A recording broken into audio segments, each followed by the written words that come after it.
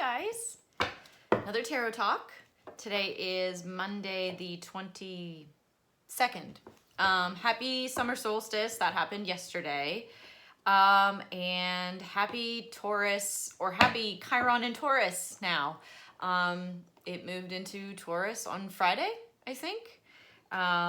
So I really want to focus on that a little more because I only touched on it a little bit. But if I didn't say before, it's kind of a big deal because this hasn't happened since the 70s, I think, or I don't know, maybe even longer than that. But it really is a massive move collectively for honing in on self-worth, healing the wounds around self-worth, our own abilities, and stepping out of our comfort zone, and just being true to ourselves. But self-worth is a really big theme in it, and not being afraid to be your unabashed self, I think that's a word, and I really kind of been leaning into that energy myself personally, with knowing that Chiron's in my sign and all that jazz. But I'm wondering collectively if in this read today we're going to pick up on that shift. If we're going to pick up on the energy of people really starting to kind of turn inwards and reflect on what they hold dearly and what values they really do honor in their lives. And it's also kind of the collective end of superficiality and starting to realize that we are only hurting ourselves by faking who we are to whomever around us, or lying to ourselves about who we really are. And sometimes we don't know who we really are until other events happen in our lives, whether they're cataclysmic or disruptive or good, either way. But I think this is going to be a really big shift for a lot of us as we go through these next upteen years, because I think essentially Chiron will be in Taurus until September, then it retrogrades back into Aries again briefly, then it's back into Taurus for the longest time until like 2033. So I think just it's going to be, a lot of people are like doomsdayers out there, the doomsday readers, that I don't follow that that mindset of reading tarot. But or astrologers, they're all saying like, this is the wounded healer, and it's like they all keep stressing how we're all going to be facing our wounds and it's going to be hard, and it's like, no, it doesn't have to be hard. The wounded healer, essentially that means that Chiron, I'm not going to get into the whole mythology about it, but like, was wounded, has now healed, and now is coming to teach us how to heal our wounds. So he's not currently wounded and broken and like can't help. Like it's different energy. It's an energy of, let me help you see. Let me help you find a way to heal that wound you've been tending to or ignoring or whatever. So I don't like to dooms, gloom, and all that crap about it. Like, I hope I'm right that it's not going to be a really hard time. But yeah, I think this is going to be a really healing time for us collectively to really lean into what our value as individuals, our value as a collective, and tending to those areas that kind of started to become necrotic in our lives, So yeah, I feel good about it. I hope this is an accurate feeling and not just me being naive. But anyways, we're gonna dive right in. I just got one of my standard decks, the deck that has like the writing and stuff on it for people that are new to tarot. I'm just like shuffling through now, just trying to like pay attention to each deck that I have at a time. So I think every deck now I've used for you guys. I don't have anything new. And then we'll do an oracle card after this is done. So, all right, let's go ahead and 5 shuffles, see what comes out. You know the drill. That's 3, that's 4, and that's 5. All right, set that down. Here we go. Ooh, oh, I love this. Ace of Cups. I don't know if we've had Ace of Cups before. I don't think so. Ace of Cups is lovely. I think I've told you guys before. Wait a minute. This is interesting. Didn't we have an Ace of Pentacles last week? The aces are coming out. I might be wrong, but I'm pretty sure we had an Ace of Pentacles last week. Okay. This is good. So Ace of Cups. Ace of Cups. This is the real imagery in Ace of Cups. So that is, sorry, I have like a ring light here and I don't have it set up right. So that is the actual imagery, a hand coming out of kind of the, universe offering this gift of a cup overflowing with water, and has the dove, which is the symbol of peace and offerings, and there's this beautiful pool with lily pads at the bottom. And so, as I always tell you guys, in the different suits of tarot, cups represent emotions.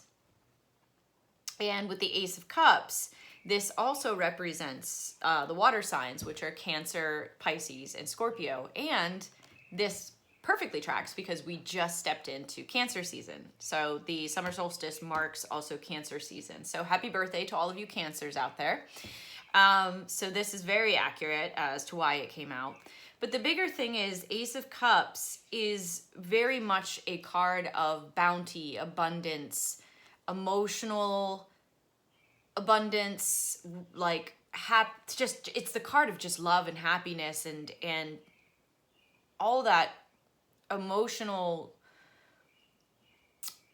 I don't know, there's like emotional depth to it. Like, because water does represent depth, this card is the gift of emotional clarity, emotional maturity. It's the gift of emotional pairings, whether it's relationships, friendships, things like that. But it's essentially the card of just blessings in the emotional realm of our world. And I think it's lovely it's coming out, especially on the heels of me just talking about Chiron and Taurus and healing around our self-worth. And this card is essentially saying, you are worth a lot. This gift of emotions that we carry within ourselves, this gift of empathy and intuitive abilities, we all have that. And I know moons ago, I talked about how empathy is a superpower. We all have the ability to have empathy, and we all have the ability to have intuition. Intuition is something, it is ingrained within the fibers of our being, in our soul. And we all have different ways on how we acknowledge, or sometimes not at all, acknowledge our intuition. And I think this card coming in is really stressing that now is the time, with healing our own inner wounds, healing our own self-worth, healing the fears, the stagnation we build up around us, our fear of letting go, or our fear of change, or our fear of not having control, or our fear of, what if it doesn't go right? What if it doesn't go the way I anticipate? Just all those things. You already know what the right thing is to do, or you already know what your heart is telling you to do. But our logic, our reason, our ego mind is very powerful, and it usually gives us the easiest route out from doing something than the route that does involve, emotions. So emotions are a very big theme with this Chiron energy, with the energy of the Ace of Cups, because it's saying that they are things you need to utilize. Stop running from your emotions, or stop burying them, or hiding them, or denying them because you think you're going to lose control, or because you think that, as long as I don't express emotions, as long as I don't show emotions, as long as I don't open up any of these old wounds that have taught me that emotions are dangerous, then I'll be safe, I'll have control, and I'll, be able to just sit pretty and never have to have another, traumatic experience in my life. It's not how that works. You can do that all you want, but life is going to still life at you, and situations are still going to happen. It's going to be harder to understand them, bounce back from them, navigate them, if you don't start looking through a more intuitive, empathic lens in your life. And being that the wounded healer is here now and it's in a very grounded sign of Taurus, it's very much giving you that opportunity to stabilize yourself while you unpack the wounds that you may still have or that you haven't even tried to look at.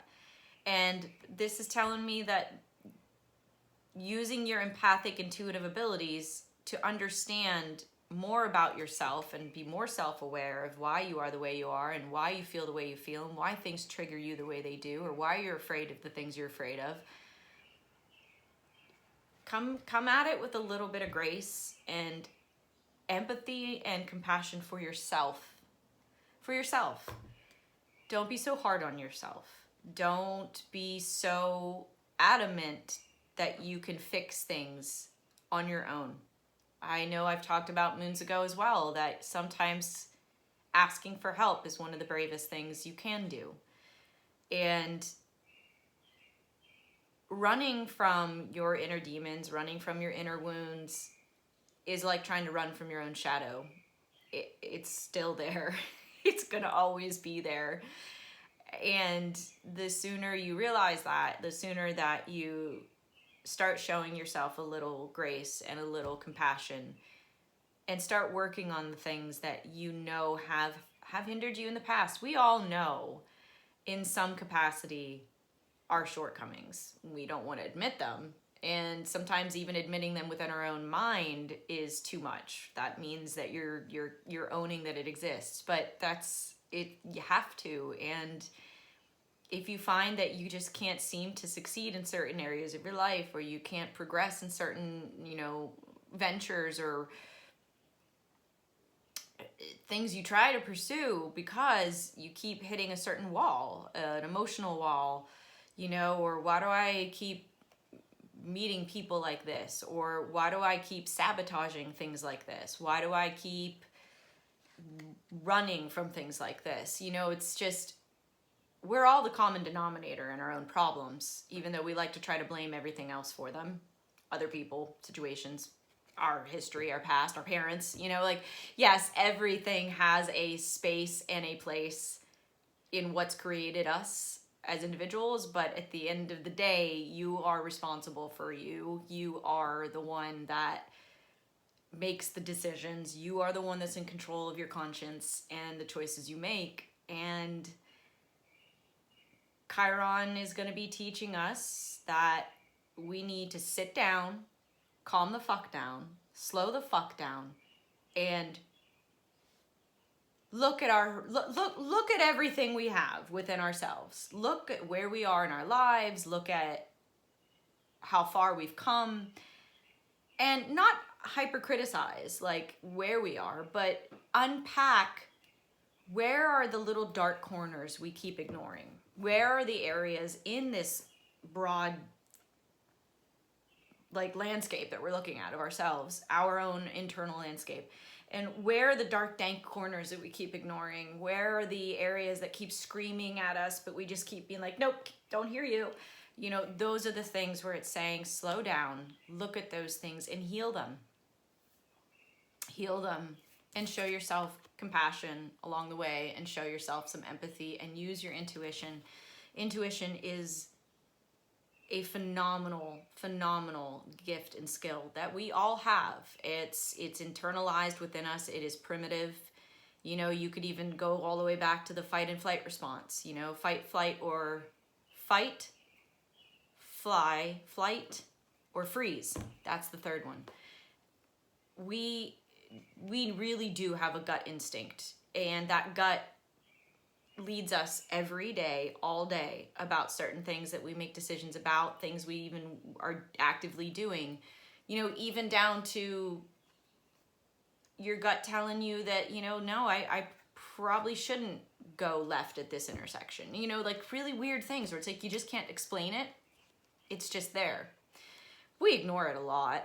We do. And hindsight, boy, is a funny thing, because I personally can look back on a lot of instances in my life where I should have listened to my gut and it was screaming at me and I ignored it. And then I look back now and I'm like, no, I probably shouldn't have done that. Things probably would have went a lot better. You know, so the Ace of Cups, just given that it's Cancer season, this is a very emotional time. We still have, I believe, Mercury still in Cancer. It's in there until the end of this month, I think. Don't mark me on all these dates. It's very hard to keep track and remember them all. Jupiter's still in Cancer till the end of this month.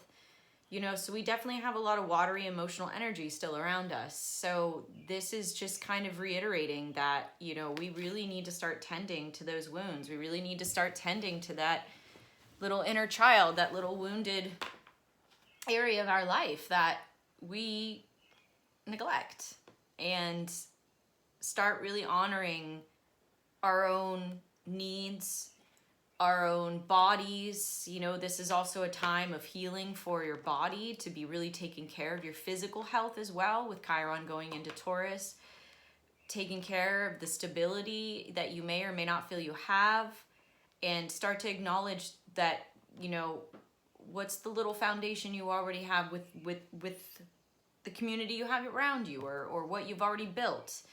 And if those are wounds that you have, if those are things that are wounded in your life, that's, again, calling to walk towards those things. Stop running from them, stop hiding from them, stop just turning your back to them, and start looking at them. It's a huge era of healing right now. And I think this is more important than anything, because we need some healing energy in the collective right now, for sure. Yeah, this Ace of Cups, I'm really grateful that we got this, because I'm pretty positive we got the Ace of Pentacles last week. So this is really good sign, I think, for us collectively. And personally, I really like it. I just, it's a promise of new beginnings in so many ways. A promise of new beginnings. It's, you know, feelings for someone, love and romance. I mean, if that's it too, like, hell yeah, who doesn't want that? And, you know, it's just a card of abundance and purity and all of those things that make your heart sing when you really have that around you. And because of that, again, the Chiron energy, I think it's really important that we realize that some of the most healing energy and in the power of healing in general comes from within yourself. And you can't always seek it from external sources. So this really makes me feel good. I like that we got this, especially Cancer season. So yeah. So hooray to new beginnings. Hooray to the healing power of Chiron. And I really encourage you guys to look inwards and start working on all of those wounds that you are afraid to face. Don't be afraid. We're all in the same boat together, guys. We really are. It can be done. All right, let's get an oracle card before I run out of time. These are divine feathers. Of course they're feathers. I love feathers, love birds, you know, all that stuff. These are really short and sweet. So let's see what we get here. 1, 2, 3. Oh, I got a minute and a half, 4, 5. Oh, what dat? So we got somebody here. Oh, it's an ostrich feather. The choice is clear for you now. Follow the wisdom and truth you feel in your heart. Yes. Yes. Yes. Yes, yes, yes. That ring light is really bright. You can't see that ostrich at all. It just looks like a black turd. I assure you it's an ostrich. I think they do say things about it in here further, but I might run out of time. Let's see. Ostrich, ostrich, ostrich. Page 55. It says, I'm running out of time. Ostrich Messenger invites you to reflect on your personal journey now. Have you been on an endless search for knowledge, teaching, and wisdom? Maybe you've not yet begun. In either case, this divine messenger urges you to begin to move ideas and energy out of the mental realm and start to apply this information in a practical way. Using new knowledge is the way to move forward in life. Always remember to reflect on the truth of what you are walking in the world. Choose to lower your head occasionally like an ostrich, not to bury it, but to look deeply inward. Inward healing, guys. Honor what is true and just in your own heart. Perfect. All right. I love you guys.